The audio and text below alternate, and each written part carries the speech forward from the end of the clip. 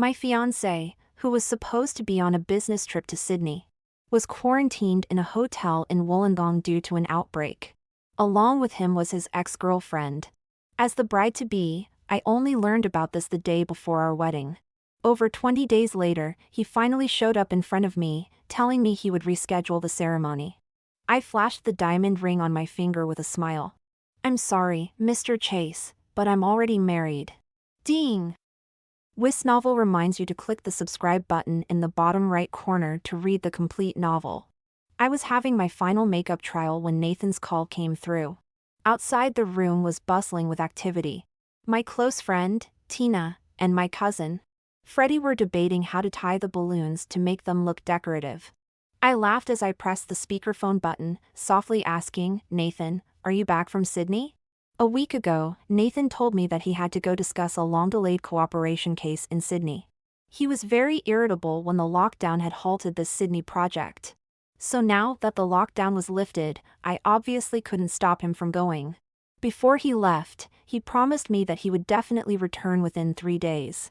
Just in time for us to celebrate Valentine's Day together. But 3 days turned into 5, and 5 days has led us to now. Nathan was silent for a moment, then he said guiltily, "Nisha, I'm sorry. I may not be able to return in a short while." He added, "Could you possibly postpone the wedding date? I'll get my parents to settle the relatives. When I get back, we can have an even grander celebration." My smile froze on my face. Before I could ask for an explanation, a charming female voice from his side cleared up my doubts. "Nathan, how long will we have to quarantine in Wollongong? If I had known this was going to happen, I wouldn't have asked you to accompany me."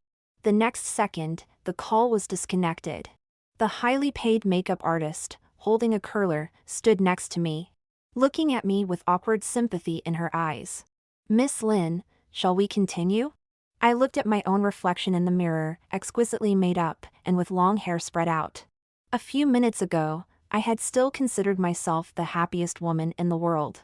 Outside the door, the playful noises of Tina and Freddie continued. Pinching the palm of my hand to calm myself down, I smiled apologetically at the artist. "Sorry, could you wait for a bit? I need to make a phone call." The woman's voice just now sounded extremely familiar. I needed to confirm if my guess was correct. The call connected quickly.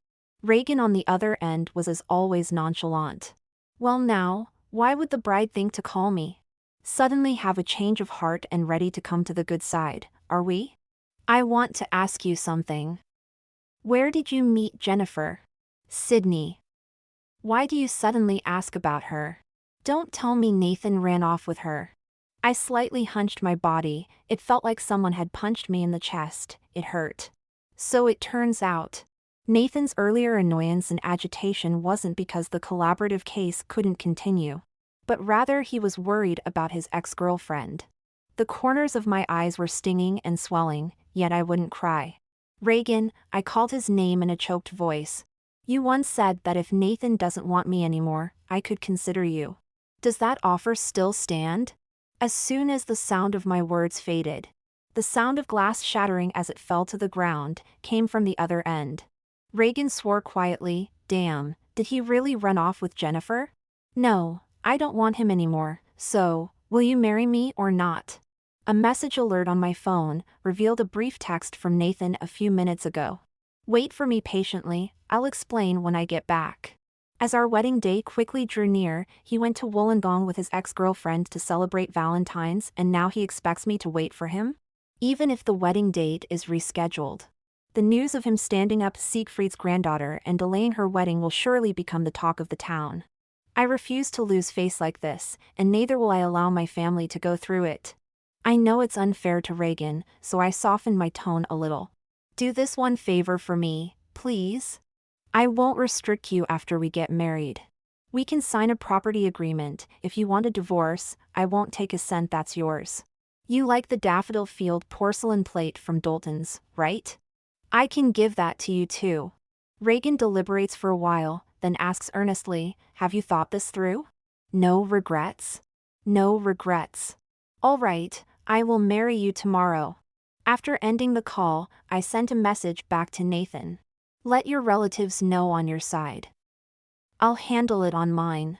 Then, I typed into the family group chat. Nathan and his previous girlfriend have become isolated in Wollongong, no idea when they will return. Contact the hotel. Change the name of the groom to Reagan Walsh. The wedding will still be held as scheduled, tomorrow. The message was like a bombshell, causing an uproar in the family group chat. Freddie rushed into the room, questioning anxiously, "Cuz, what's going on? Did that jerk Nathan cheat on you, and now he's standing you up? He dares think he can do this to you. I'll call him right now, and give him a big piece of my mind." I signaled the makeup artist to continue and softly reassured Freddie, no need. The ones who lose face because of the last-minute change in bridegroom are the Chase family. Make sure to keep this incident under wraps. Let's avoid letting Nathan know this before the wedding. Freddie appeared puzzled and asked me in surprise, "But why, cuz?" "Because I want to publicly slap him in the face. Nathan, Reagan, and I all grew up together on a military base. Whilst I got along well with them both, the two of them have been at odds since childhood. Nathan was the stereotypical model child, excelled in studies, worked methodically, and was composed. As in grandfather Walsh's words, Reagan's like a wild monkey. It's one thing for him to cause trouble, but he'd always drag me into his mess as well. He knew that his grandfather wouldn't punish me, and so his punishment would be much lighter. However, he forgot that what his grandfather was not willing to do, my grandfather was. Ever since we were little, I've been frequently punished alongside him. Yet it cultivated a profound bond of comradeship. My liking for Nathan was an open secret. It was so open that both our parents often teased us about it.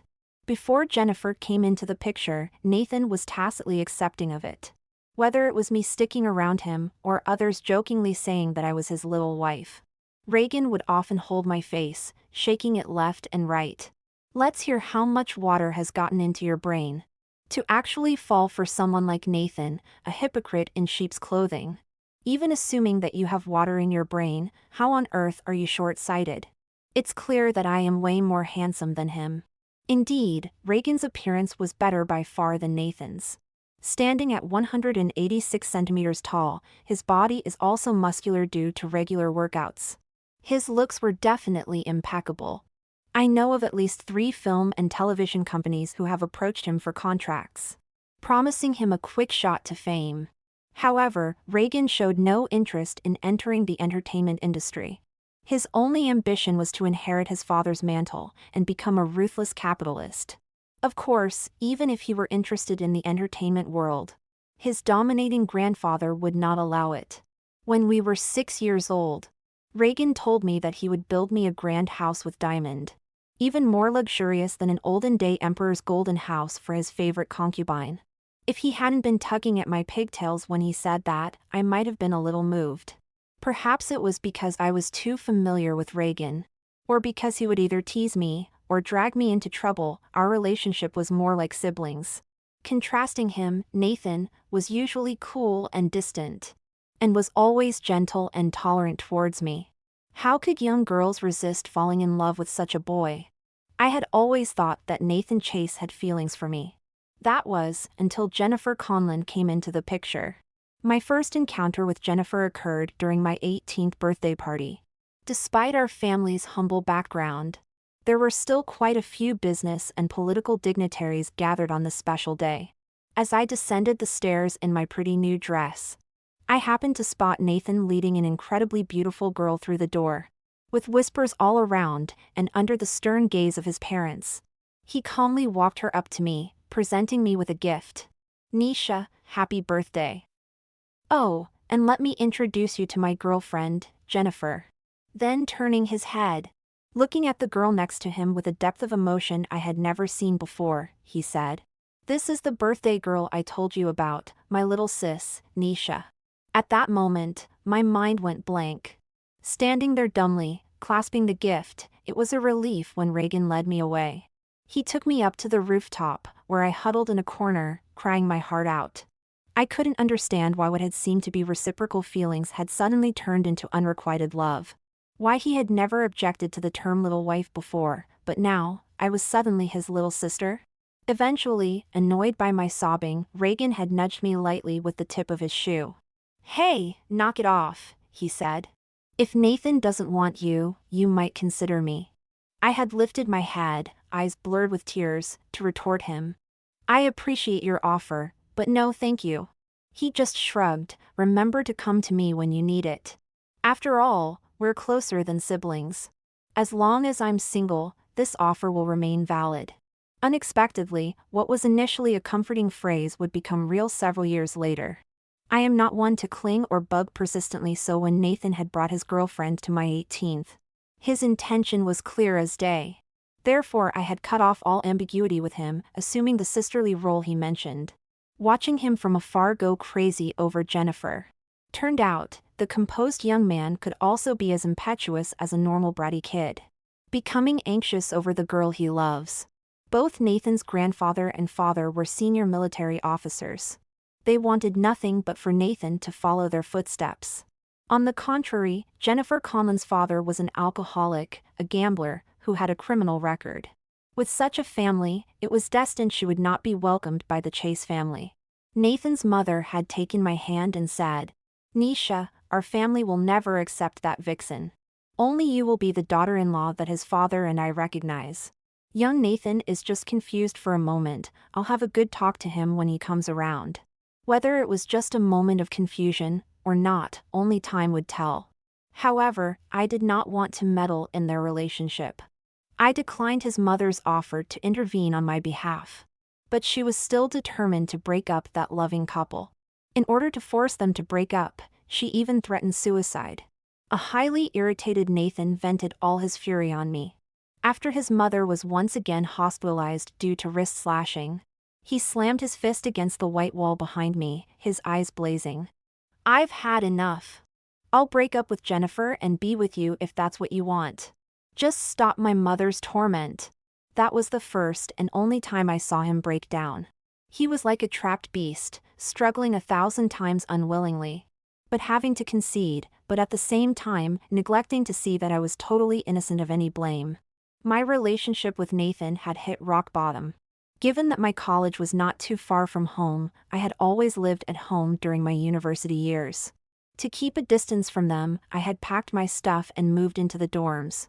Evidently, Mrs. Chase hadn't expected Nathan to lash out at me, fearing that it might strain the relationships between our families. She had been relatively quiet for a long period. After calming down, Nathan came looking for me many times, attempting to mend our relationship.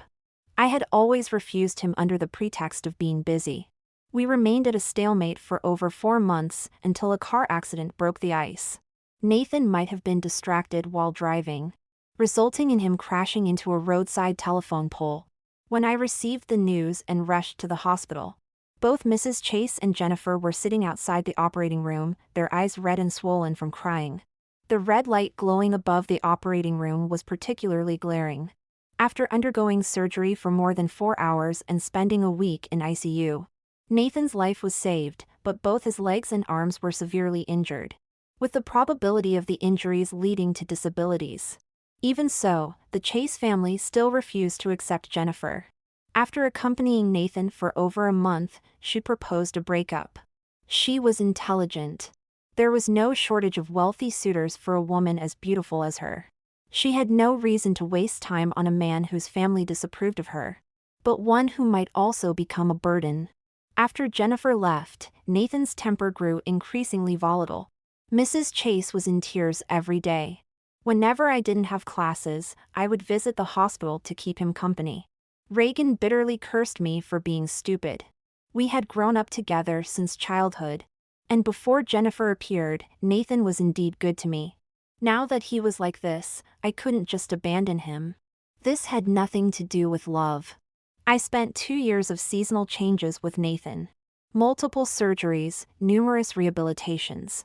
The process was very long, but fortunately, the result was good. After recuperating, Nathan confessed his love to me with a big bunch of roses. I rejected him, and told him that I didn't need his gratitude, nor did I need him to dedicate himself to me. He used the next 3 years to make me believe that he loved me. However, the reappearance of Jennifer broke the dream he had carefully woven for me for 3 years. By the time Reagan arrived, I had just changed back into my own clothes, but hadn't had the time to remove my makeup. A trace of astonishment flashed in his eyes, but he quickly suppressed it. "Grab your driver's license and other ID items, and come with me."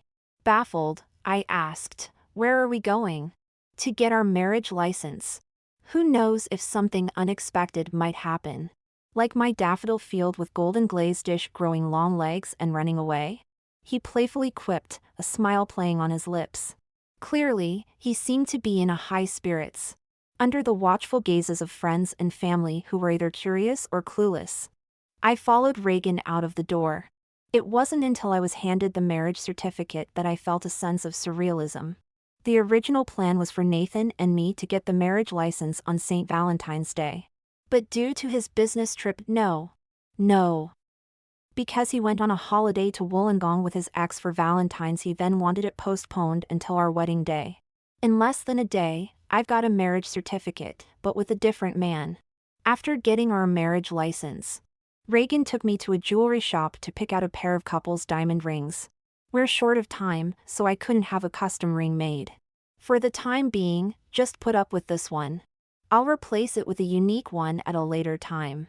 "No need, this one is good," I replied. I tried on the ring and found it fit quite well. "By the way, regarding our marriage, can we keep it under wraps for now? I'm afraid Nathan might find out."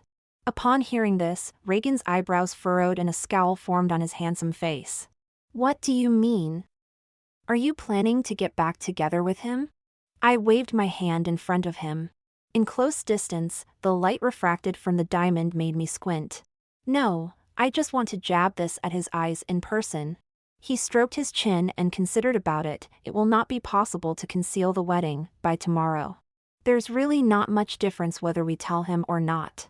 No, he'll just think that I'm doing this out of spite. I can't be generous and carefree about this today." Half a year ago, during a regular gathering with my childhood companions from the base, Reagan casually made a remark while playing with his wine glass. "I ran into Jennifer Conlon when I was on a business trip the other day." Everyone's attention was drawn to Nathan and me, sitting together. We had all witnessed the unreserved passion of Nathan at that time. He was only slightly rattled, his gaze swiftly resumed to the task of peeling the prawn for me. If he told me back then that he couldn't let Jennifer go, I would have undoubtedly let him pursue his true love and given him my blessing. But he didn't. In recent years, I have never doubted Nathan's feelings for me. From the kind of consideration and indulgences that he reflected in even the most trivial matters every single day, none of which could be acted out by any amount of superb acting skills on such a consistent basis. But there was more than just me in his heart. I was one of his choices, and I was the one chosen after his first choice failed to come to fruition for him. It was tolerable for him to consider me as an option. I get that, but he should never have stood me up on such an event for such a reason. This is a complete disregard and disrespect towards mine and my family's dignity. Our family have a closer relationship with the Walsh family. Both granddads crawled out of the same trench and shared a life and death bond. Mine and Reagan's dads even discussed starting a business together in their younger years. My parents have preferred Reagan over Nathan all along. My mom has told me more than once that Nathan was too calculating and I couldn't handle him. Now he's made this mess. My family might have thought I was being a little rash but didn't reproach me. As for the Walsh family, aside from our close relationship, Grandfather Walsh has 5 sons and 8 grandsons. The whole family has yearned for a little girl. According to my grandma, when I was little, the Walshes jokingly debated stealing me and raising me as their own. While kidnapping is definitely not a valid option, I still spent most of my childhood in the Walsh family's home. And they doted on me like their own child, so naturally, they're overjoyed to have me marry into their family. We grew up on the same base, so our friend circles overlapped by nearly 90%. So avoiding informing Nathan was impossible. By the time Nathan's parents arrived, Reagan and I had already exchanged rings. Perhaps out of respect for my own grandfather and Grandfather Walsh, or out of concern for their reputation, they didn't cause a scene. Instead, they entered the hall with somber faces. From the early morning makeup session, I had Tina handle my phone. All calls from Nathan were disconnected by her. During the toast, Nathan's mother found an opportunity to pull me aside into the restroom. Nisha, it was wrong of Nathan to be away on business and not able to come back. But you've gone too far with the events of today. I understand that you are angry at him, but marriage isn't child's play. None of our family or friends can understand how can you upset us all by having Reagan play along with your tantrum? While all the guests are here, you should quickly get out there and explain. Wait till Nathan comes back, and I'll teach him a lesson. I'll have him apologize to you. Ma'am, I politely interrupted her. Nathan is not on a business trip. He went with Jennifer to Wollongong for Valentine's Day, and now they've been quarantined there. Mrs. Chase stood frozen on the spot at my words, disbelief written all over her well-maintained face. I gave her a smile, then turned around and returned to the wedding hall. As I passed the men's restroom, I overheard Reagan on the phone. Oh, your wife.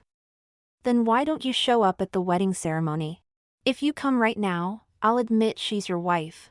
His tone wavering slightly upward, sounding so audacious no matter how you listen to it. Everything was over by just after 10 o'clock in the evening. I checked my phone and saw countless missed calls from Nathan. All his unanswered calls filled the screen page. Just as I was about to check the messages he had sent me, another call came through. I didn't hesitate to reject and block him. A few minutes later, Reagan's phone on the side started to ring. I took a look, and sure enough, it was also from Nathan. I reached out and hung up on him as well. Reagan happened to come out just after taking a shower. He was using a towel to dry his still dripping hair, while a large bath towel was wrapped around his waist. His abs were clearly visible and distinct. I knew he worked out regularly, so his physique was good. But I didn't expect him to be even better than how I imagined. How about that, on the first day of our marriage he's already checking up on us, he teased with a smile.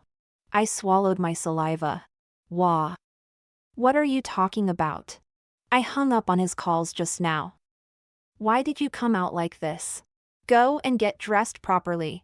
Reagan paused, letting out a soft chuckle from his throat. My fair lady, it's past 10 o'clock in the evening. I have just taken a shower in my own home and am about to get into my own bed. What kind of clothes did you expect me to put on? Well, that made sense. Scratching my head, having pondered for a while, I stammered out. You should preserve yourself for your future wife. There's really no need for that. I don't plan to divorce you. Me? I don't want to be killed by my old man. If you still want me to live a long life, you should stop thinking about divorce. Considering his grandfather's affection for me, what he said could actually happen. If the marriage didn't work out and I lost my daffodil field porcelain plate, an item I had spent a lot of money on at the Sotheby's auction, that would be carelessness. While others spent their matrimonial bliss in a bed filled with sweetness and romance. I just wanted Reagan and I to be good roommates, without disturbing each other. Blushing, I grabbed the quilt and rushed into the next room. Now, Reagan and I have officially started living together, no, cohabitating. After finishing showering, I couldn't find the hairdryer. So I put up my hair to go borrow one from his room. After gently knocking on the milky white door, it was quickly opened. He was wearing a bathrobe, loosely tied around his waist. The abs were vaguely visible, even more enticing than before. Seeing me, he was slightly taken aback, and his face quickly turned red. Clearing his throat, he hoarsely said, "Maybe you could put your own clothes on first." This year's summer was hotter than in previous years. Even in mid-February, Brisbane was as humid as a steamer. Even with the air conditioning on, it was still slightly stifling. I was wearing a light satin nightgown. Drops of water from my hair wet a small patch of the fabric in front. The damp part had become see-through. I shrieked and quickly ducked back into the second bedroom. I was so embarrassed. Even though Reagan kindly brought in a hairdryer later, I decided to avoid him for a couple of days. But he wasn't going to me that chance. Half an hour later, a few knocks came from the door. "Come and eat."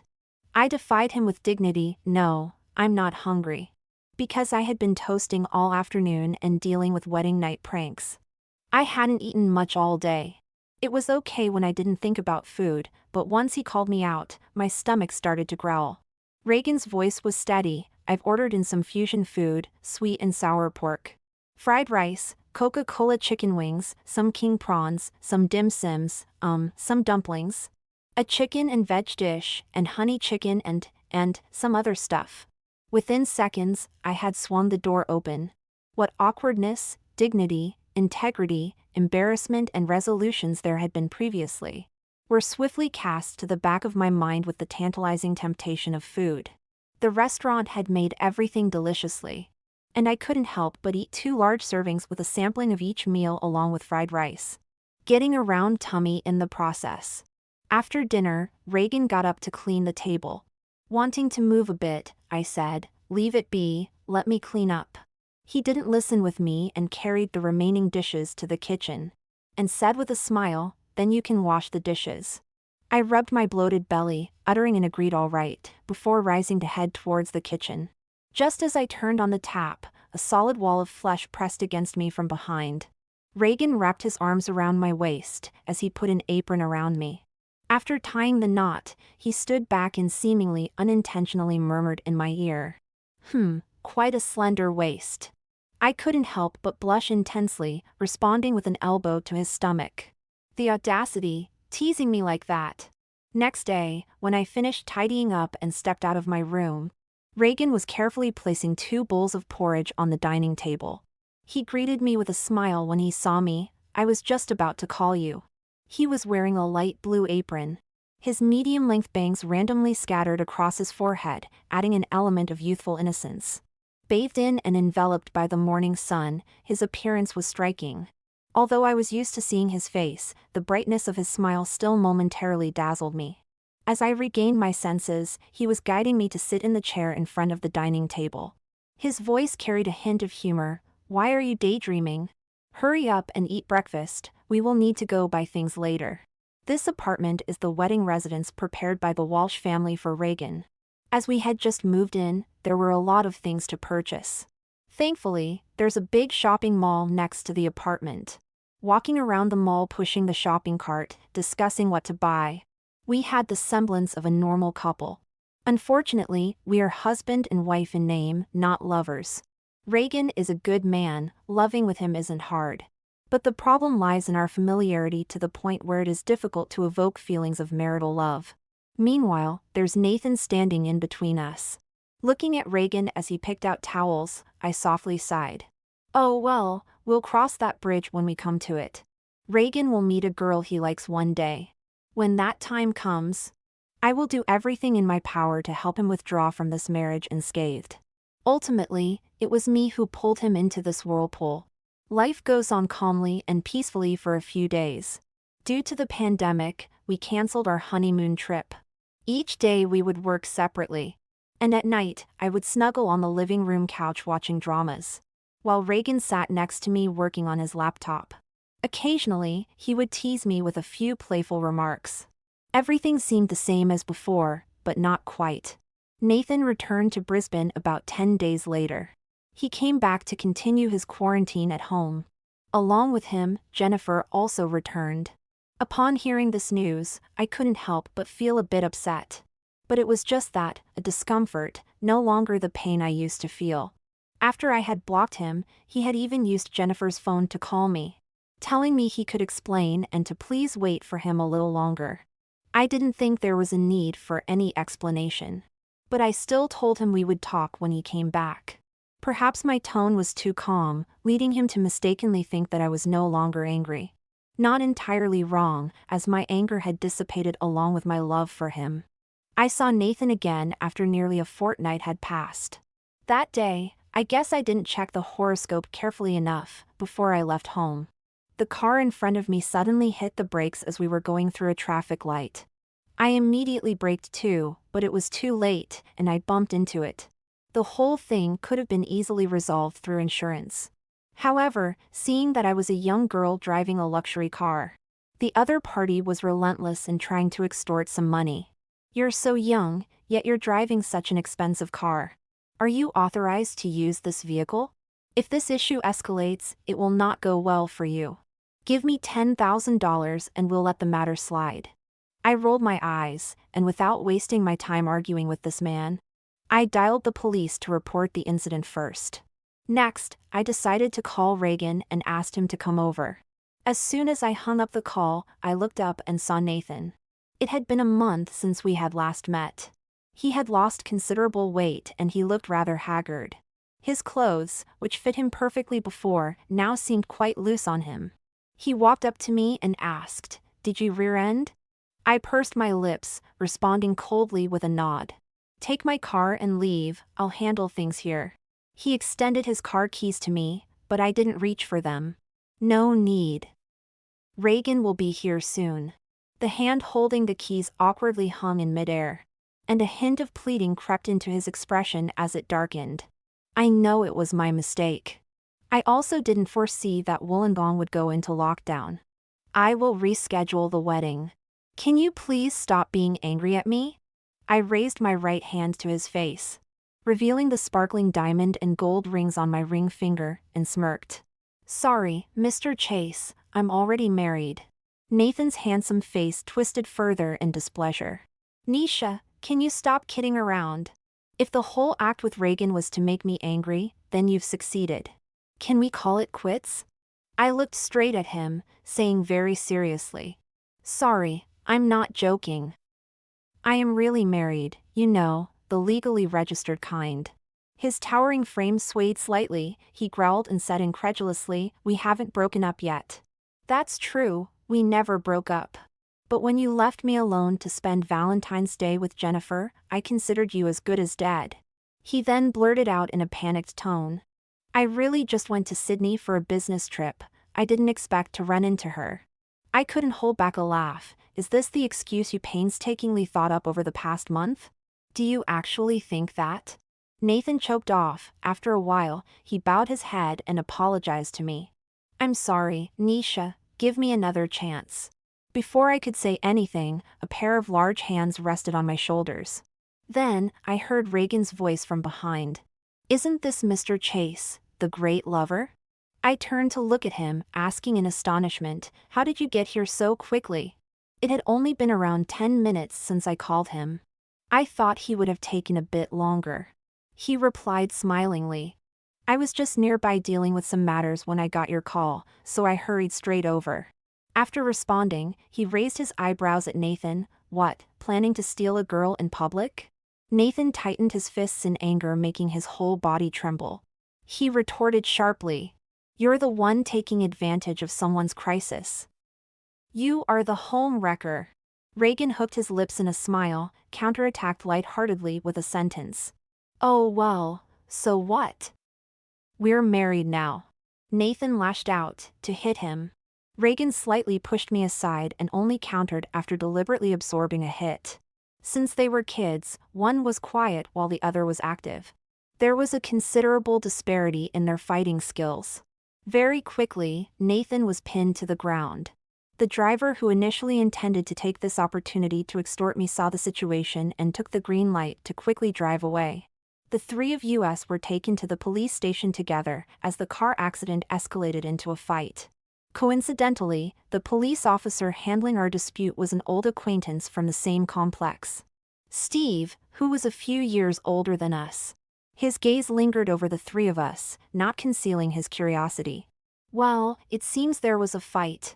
How do you plan to handle this, settle it privately or go through the process?" he asked. Reagan shrugged his shoulders. "I don't mind. He started it, I was just defending myself." I thought. So that's why he took that punch. He had been expecting that. "Tell me why you were fighting." Nathan gave him an indifferent look. "You're asking a question you already know the answer to." Steve wasn't offended, he just smiled and asked, "A feud spawned by a stolen wife?" Nathan's eyes turned bloodshot, and he called out in a low voice, "Steve." Steve didn't provoke him further. He lectured us a bit, and then let the matter rest. Unfortunately, Nathan did not want to let it rest. He somehow found out where we lived, and knocked on our door late at night. And this time, he even brought Jennifer along. He, holding on to the door, preventing me from closing it, spoke in a hurried tone. "Nisha, I swear nothing happened between her and me. If you don't believe me, ask her yourself. Jennifer stood behind him, wringing her hands with a timid expression. Miss Lynn, Nathan and I are just friends. I was quarantined in Sydney for almost 4 months, and Nathan was just worried about me. He accompanied me out to Wollongong to help clear my mind, and nothing happened between us. I had to laugh. If I remember correctly, you two have been broken up for 5 years now. This friendship of yours has lasted a long time. Just accompanied you to help clear your mind, huh? Making light of the whole thing, yet you chose to do this right before our wedding on Valentine's Day? Nathan hastily took over the conversation. I went to end things with her. I was thinking that after our marriage, I wouldn't contact her anymore. Didn't expect that there would be an outbreak in Wollongong. So, you're saying, you guys had been in touch before, right? Nathan's head hung lower and lower. After a few minutes, he dryly admitted, no, we just got back in touch 6 months ago. 6 months? Wasn't that when Reagan ran into Jennifer in Sydney? Nathan sure played it cool and casual, but then went behind my back to contact her again. I don't know whether I was foolish or his acting was just too good. I was so angry that my body was trembling. I raised my hand and slapped him hard. Get out! It's not because of love, but purely because of deception and betrayal. Having known each other for over 2 decades, he could have entirely made things clear to me. If we broke up in a dignified manner, we could have at least stayed friends. After sending them both away, I flung myself on my bed, crying bitterly. I squandered my youth, I deserved a good cry. The next day, Reagan took a day off specifically to take me out for the day. We visited the South Bank parklands and crossed the river and took photos at the city botanical gardens before climbing the Mt. Gravatt lookout areas. We wandered around the surfer's paradise during the afternoon, experiencing the beachside culture. At night, we hit the bars at Gold Coast, listening to a singer who wore dreadlocks crooning about love. I swirled my highball glass, asking Reagan what love was. I don't like the taste of alcohol. And I've always rapidly become slightly tipsy, even when it's necessary to drink. Perhaps it was due to the atmosphere, or the bar's alcohol being too strong. When I asked this question, I may have been slightly more than tipsy and heading towards being drunk. Reagan gazed at me deeply. And it wasn't until many years later when I read an article interpreting love that I suddenly remembered that enchanting night. He'd only said one word, you. Reagan and I clasped hands. The scariest thing was that after I realized that, I still didn't sober up. I clearly remember everything that happened afterward. After the girl with dirty braids took the guitar and left, the main stage was replaced with a young, handsome stripper, having a fair complexion and stunning smile. I downed my who-knows-what number cocktail, wanting to squeeze into the crowd, but was pulled back by Reagan. He squinted at me and asked, "Where are you going?" Although I'm sure I was sober, my actions were uncontrollable. Mimicking him, I also squinted my eyes and wriggled my arm, trying to free myself from his grasp. I want to touch him. Touch him? Where do you plan to touch? Huh? His voice dropped lower with every word. When he ended with huh, the rise in his tone was unbearably sensual. Abs, I want to touch his abs, hee, hick. I giggled like a perverted man from a pixelated scene in one of those cheap movies. Reagan moved suddenly, pulling me into his arms. His right hand at the back gently grasped my neck, while the left hand guided my hand under his shirt.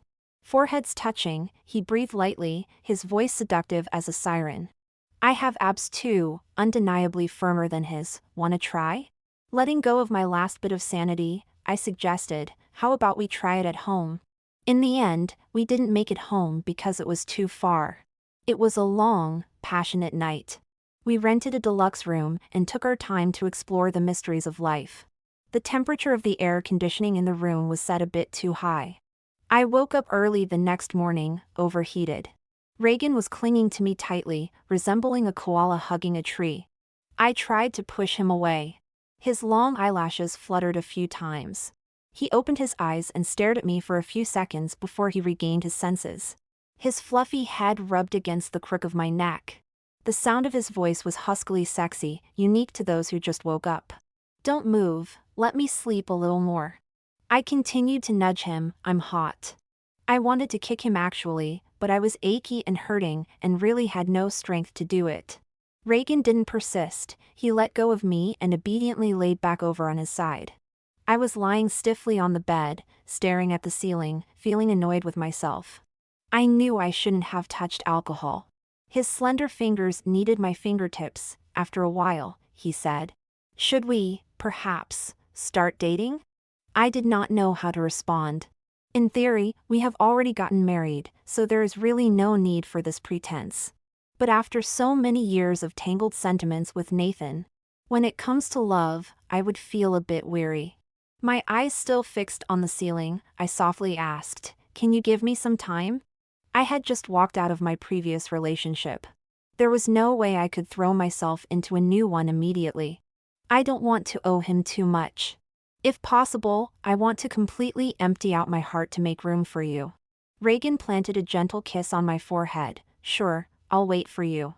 I listened to his lengthy tale, a story about his secret longing for me which he dared not express before.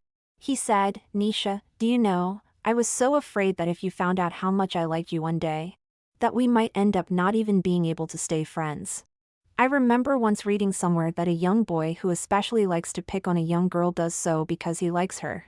Turns out, it's true." Reagan's confession, which was years overdue, allowed me to escape. A week later, I moved out of the apartment and went straight to live in the company. I definitely dared not go home, as I feared that my parents would interrogate me. When I was leaving the apartment with my suitcase, Reagan hadn't finished work yet. He was recently preparing a bidding proposal for a project, leading the way in working overtime and coming back very late every day. I felt that part of the reason was that he was giving me space to consider. He seems to be casual, but he is very competent in handling matters. The company has a separate lounge with full coverage of the internet and complete utilities. I sent Tina a WhatsApp message, telling her about my moving out. Not long after the message was sent, Reagan's call came right in. His voice was a bit husky. "Did you move out? Why did you move away? Did I do something wrong?" I remained silent, and his voice got gradually softer, finally becoming a bit pitiful. He said, "So, you can't accept me?" I said it wasn't that, I just wanted to be alone for a while. "Nisha, don't feel pressured. Since I first liked you, I never expected a response from you. Come back soon, I will be waiting for you at home." After hanging up the phone, I pressed my hand against my chest. My heartbeat was a bit fast. After I moved out, the happiest person was probably Nathan. He regularly came to our company, and I had someone keep him out each time. If he could not see me, he sent flowers and gifts every day. I had the receptionist dispose of them directly. Better to make a clear break, there's no need to prolong the agony. In the following days, Reagan did not contact me again. He seemed to have evaporated from my world. I felt relieved and slightly disappointed at the same time. Just as I was hesitating to send him a message, Nathan's mom called me. Crying, she asked me, "Nisha, can you come to the hospital? Nathan had a car accident, he just woke up and insisted to see you. Please, as a favor to me, could you come and see him?" Since an adult who cared for me since I was a child was pleading, and I found it hard to refuse her. "Mrs. Chase, don't cry, I'm on my way." Nathan was covered in bandages. But his injuries were not as severe as they had been a few years ago. Seeing me, he broke into a big smile. Perhaps the movement was too much for his wounds, he winced, his expression faltering. "You came. I knew you wouldn't leave me be." I placed a basket of fruits I bought from downstairs of the hospital on the table by his window. "You're reading too much into this, I only came to see you because of your mom's request." "What happened this time? Where did you get hurt?" His eyes began to evade, his reply lacked conviction. "I got distracted and accidentally bumped into a roadside rock." This was his unconscious telling that he was lying. Because his last car accident nearly cost him his life, he is usually extra careful when driving. Therefore, his excuse of being distracted is hardly believable. The only possible reason behind his behavior is repeating past mistakes. I sighed, looking at him earnestly. "You're joking with your life, do you realize that?" His voice trembled. "Nisha." I did not give him the chance to speak. Years ago, when you had an accident, I could take care of you. Because we were friends back then, we grew up together. You hadn't betrayed or deceived me, at all. Even if you harshly spoke to me, it's because you loved someone else. But now it's different. You betrayed our love, even our marriage promise. We can never go back, no matter what. Consider your parents for a change, don't do such stupid thing again. With that said, I exhaled a long breath, my voice slightly toned down a bit. I will not come to see you again, look after yourself. On my way home, I texted Tina. I am very certain, I don't love Nathan anymore. Tina replied quickly, he is not worth it. Honey, don't get tangled up in the past. You deserve to be loved. Every girl who values her life deserves to be loved. I turned off the screen, closed my eyes, and looked up to feel the sunny March day. Today's sunlight seemed unusually comfortable. That evening, Reagan, my husband in the eyes of the law, he who acted recently as if evaporated from the world, gave me a phone call. But when I answered the call, a strange male voice that sounded quite hearty came through. Is this the boss's wife?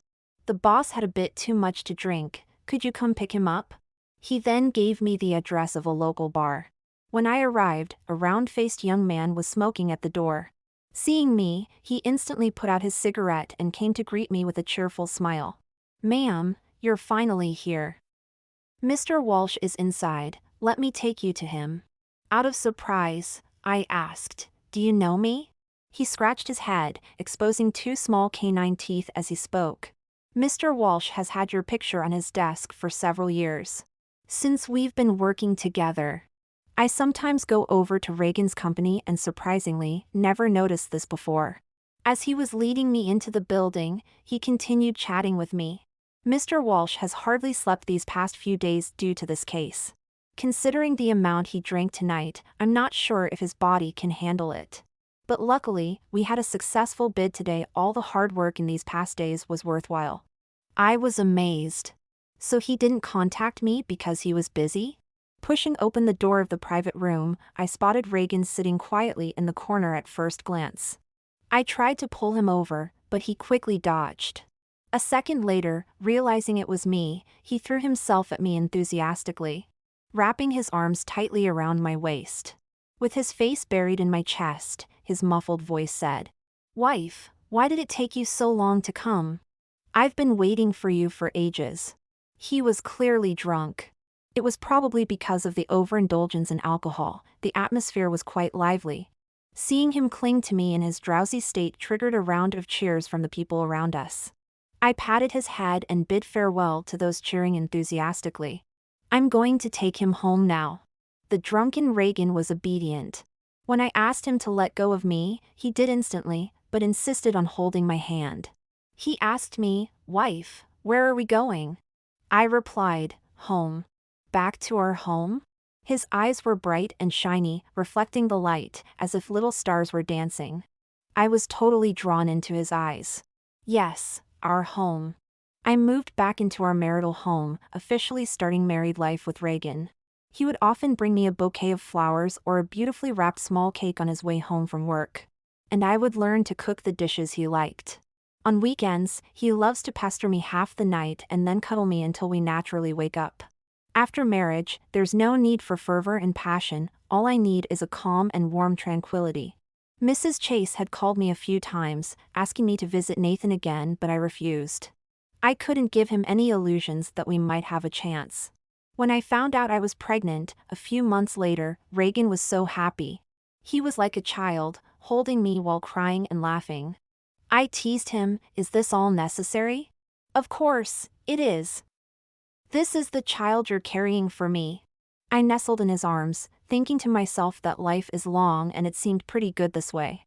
Approaching the festive season, I received a call from an unfamiliar number. Since the display showed it was a local Brisbane number, I picked it up. Surprisingly, it was Nathan Chase, whom I hadn't seen in a long while. "Heard you're pregnant?" I nonchalantly hummed in agreement, and asked him, "What's the matter?" "If nothing, I'm hanging up." "Don't hang up, Nisha, wait, don't hang up." Without waiting for him to finish talking, I hung up the phone and dragged this new number into the blocked list. After blacklisting him, I locked my phone, tossed it aside, and went into the study. Reagan, your son wants butter chicken. Don't be ridiculous, it's obviously a girl. Reagan stroked my protruding belly and gingerly ushered me out. Darling, get changed quickly. Let's go out for butter chicken. Nathan's POV. My name is Nathan, and I guess I can be considered a jerk.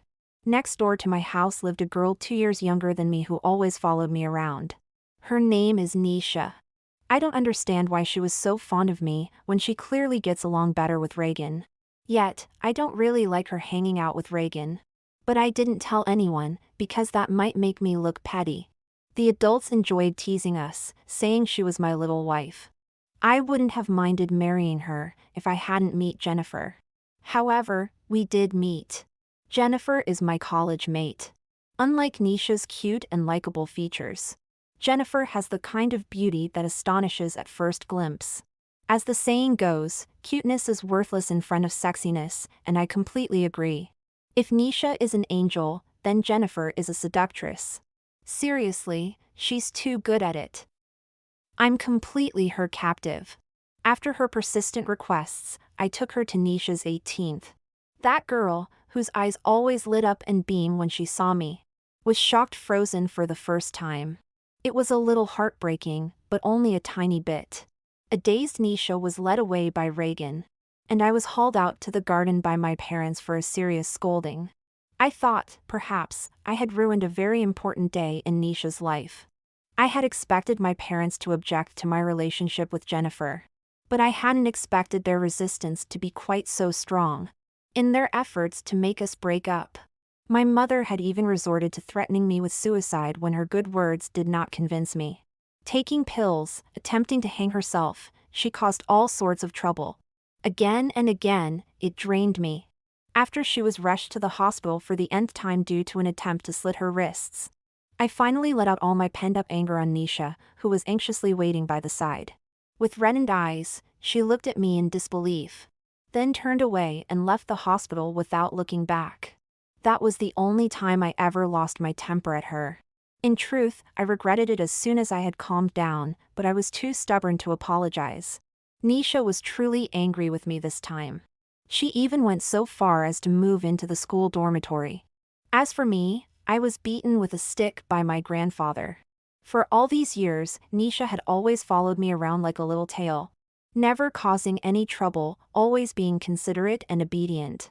But after this incident, she completely ignored me. Obviously, she was really mad, which was entirely my fault for saying such hurtful things.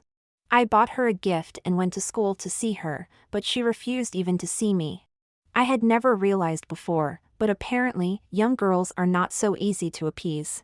On one hand, I couldn't placate Nisha. On the other hand, Jennifer was upset at me for giving too much attention to other girls. For several days on end, I didn't sleep well.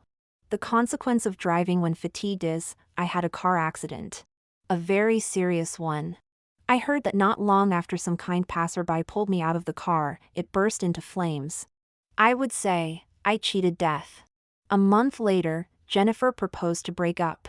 Weeping bitterly, she said my family still wouldn't accept her, she couldn't stand it anymore. It must have been my mother making trouble for her again. As much as I hated it, I agreed. Whether I could stand up or not was still uncertain. Why should I drag her down? Jennifer left, and Nisha still came to visit every day. Enduring both mental and physical pain, it was inevitable that my temper rose significantly. But she didn't seem to mind and continued to visit me every day. Due to the severity of the injuries, multiple surgeries were needed. Each time I woke up from a surgery, she was there by my side. The most painful part was rehabilitation. There were many times I wanted to give up, but she gently encouraged me each time. Seeing all these things, it was impossible not to be moved. At that moment, I knew, she is the one for the remainder of my life. After recovery, I confessed my feelings to her. But she rejected me, saying she didn't need my gratitude to form a romantic relationship. I replied to her with a smile. It's not about gratitude, but about my willingness to take care of you for a lifetime. She tilted her head and murmured, A lifetime is quite long, consider it carefully. She was absolutely adorable. I pursued Nisha for 2 whole years before I finally convinced her of my love. More than half a year into my relationship with Nisha, I heard news about Jennifer from Reagan. Looking back, I was the one who had wronged her. Somehow, I sent a text message to her old number. Surprisingly, she hadn't changed her number. We added each other on WhatsApp and started chatting frequently. As for Nisha, she never snooped through my phone, so I wasn't worried that she would find out. Jennifer often sent me photos. Her figure was even better than 5 years ago, and her talk was more open. After a few months, the epidemic broke out in Sydney. The whole country was under lockdown. To be honest, I was worried about Jennifer.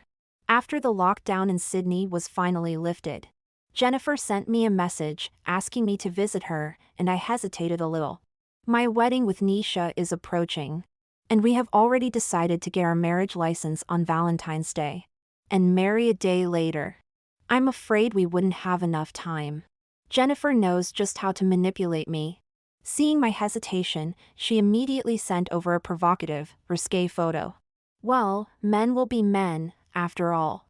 Nisha is overly conservative, and I have always portrayed a gentle and considerate image in front of her. Despite being together for so long, we have done little more than sharing a kiss, and even then, it's a light one. After calculating the time, it seems I should be able to make it back before Valentine's Day. I told Nisha that I need to go to Sydney for a business trip, and as expected, she didn't doubt me.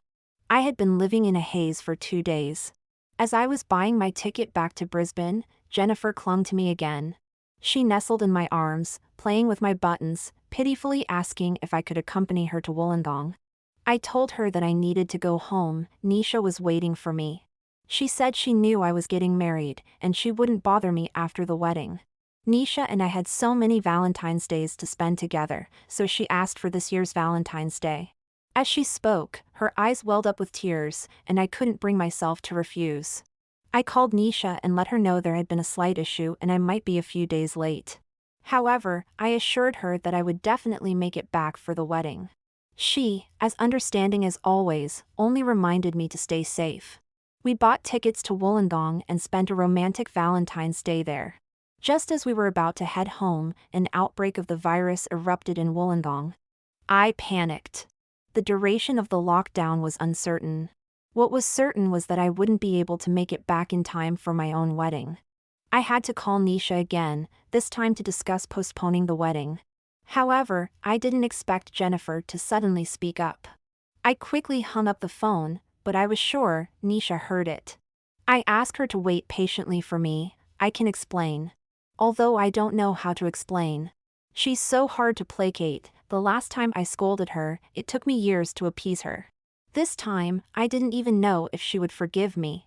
I suddenly feel a little scared. The next day, I was supposed to stand at one end of the red carpet, watching Nisha in her wedding dress walking step by step towards me. But now, I was locked up in a hotel room. The messages I sent to Nisha all sank into oblivion. I'm very frustrated. I opened WhatsApp in hope of sending her a message to soothe her. But then I saw a friend had sent me a short video. In the video, my bride was in a wedding dress, walking gracefully. On the other end of the red carpet, in the position that was supposed to be mine, stood Reagan. I frantically called her again and again, only to be cut off over and over again. Left with no choice, I could only call my mom, trying to get her to stop the wedding. She must be mad at me and is doing this to get back at me. It has to be. She and Reagan, how is that possible? I trashed everything I could in the room. Jennifer tried to come and hug me, but I pushed her away. It's all your fault. If it wasn't for you wanting to come to Wollongong, I should be at my wedding venue marrying my Nisha. She might have been scared by me, not daring to approach me anymore. During the more than 10 days of quarantine in Wollongong, I was driven nearly insane. Nisha has blocked me, and even when I asked my mom to help, she scolded me for being foolish and stopped helping me. I couldn't eat, couldn't sleep. All I thought about is whether Nisha would really leave me. It turns out that, unknowingly, my feelings for her have deepened so much. After being quarantined in Wollongong for more than 10 days, I brought Jennifer back to Brisbane. Having her explain things to Nisha in person might be more credible. Nisha told me she and Reagan have already gotten their marriage certificate. All explanations seemed so pale in front of her. Not only did it not make her believe me, but it also exposed the fact that Jennifer and I had been in contact during the previous 6 months. I was driven away by her. She seemed very angry. I've tried all kinds of ways to ask for her forgiveness, but all to no avail. In the end, I decided to take a desperate gamble. I deliberately drove into a roadside rock on purpose. But my intentions were seen through by her.